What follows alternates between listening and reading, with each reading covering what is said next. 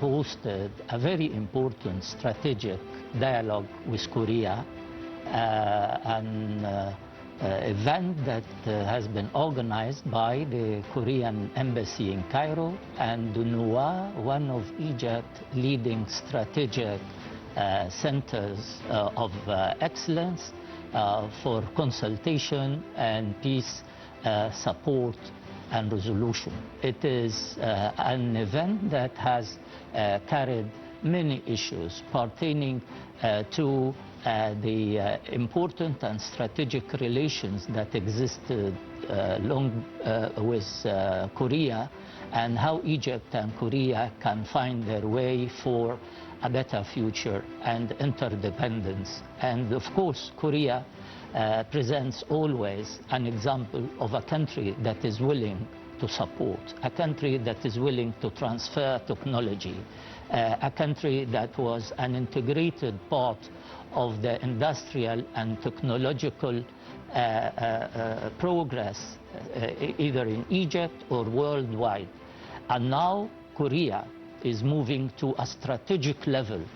with Egypt and with the region. Having said that, we all saw Korea and know Korea as a technological, industrial hub, a country that has decided to move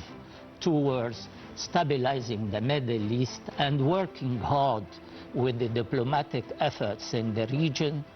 to reinstate the position of Korea as one of the pillars of stability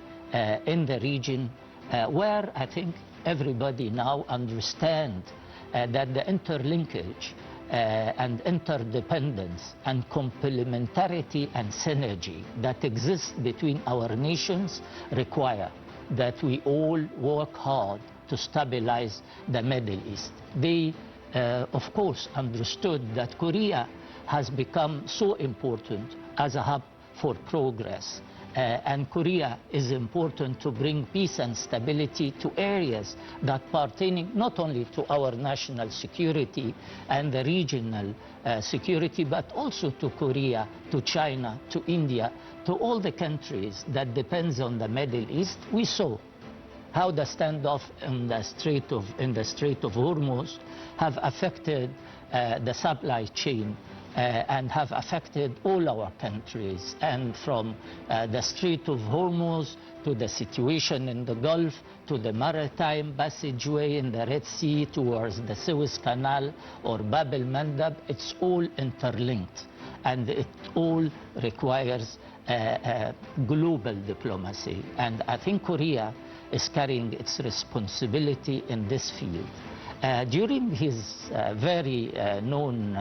and important visit, President of Korea Lee Jae-myung in 20th of November 2025 upon an invitation of President Abdel Fattah el-Sisi, and during his speech at Cairo University, he launched one of Korea's most important strategic initiatives towards Egypt and the Middle East, called SHINE. And each letter of SHINE represents one of Korea's concept of cooperation toward the Middle East. SHINE means stability, means harmony, means innovation, means networking, and means education. So it is a cultural framework. It's a strategic, political, economic framework, and it also concentrates on culture, on youth, and by encompassing all this, those important issues together, the initiative has become a very important subject to discussion for both our intellectuals, our academicians, our politicians. And we had a very fruitful discussion under the leadership of Kim Wang-jung, the ambassador of Korea, and of course Mohammed Tahir Badr, deputy minister for Asian Affairs, who led the discussion between the members of NUA, a very prestigious research center, and also the academicians, the business leaders who attended this very important dialogue. How can we bring the experience from Korea and present to the Egyptian wider audience, not only politicians, but in all aspects you may find a Korean solution. But both countries have decided to embark on a strategic pact or friendship or a strategic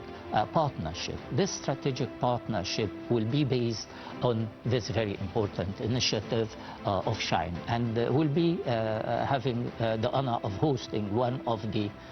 father of this initiative during our discussion, Mrs. Jisoo Bayu. She is the Middle East Division President of Middle East Division 1, the head of Middle East Division 1 at the External Affairs Ministry of Korea, and I'm sure that at the end of our episode we will listen to a special meeting I had with her to further shed lights on the important strategic initiative that will govern relations between Korea and the Middle East, and launching it from Egypt doesn't need to be mentioned, but it is important, and for that we are grateful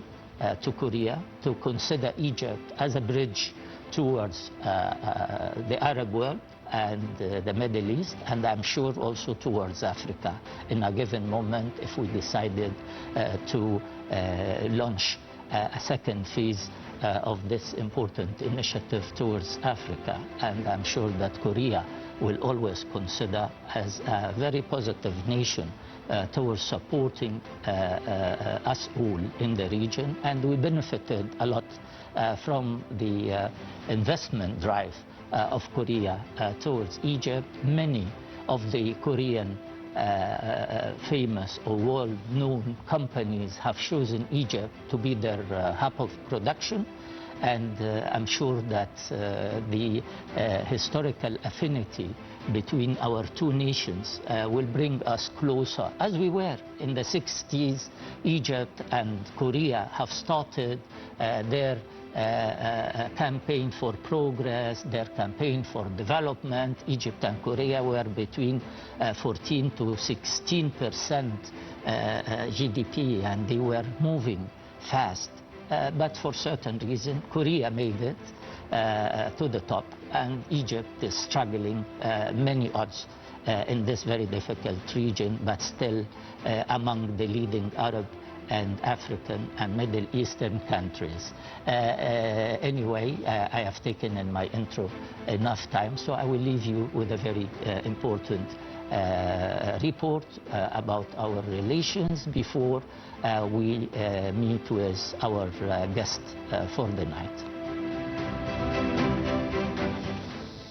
Egyptian-South Korean relations are entering a new and promising phase, building on 3 decades of diplomatic ties and a comprehensive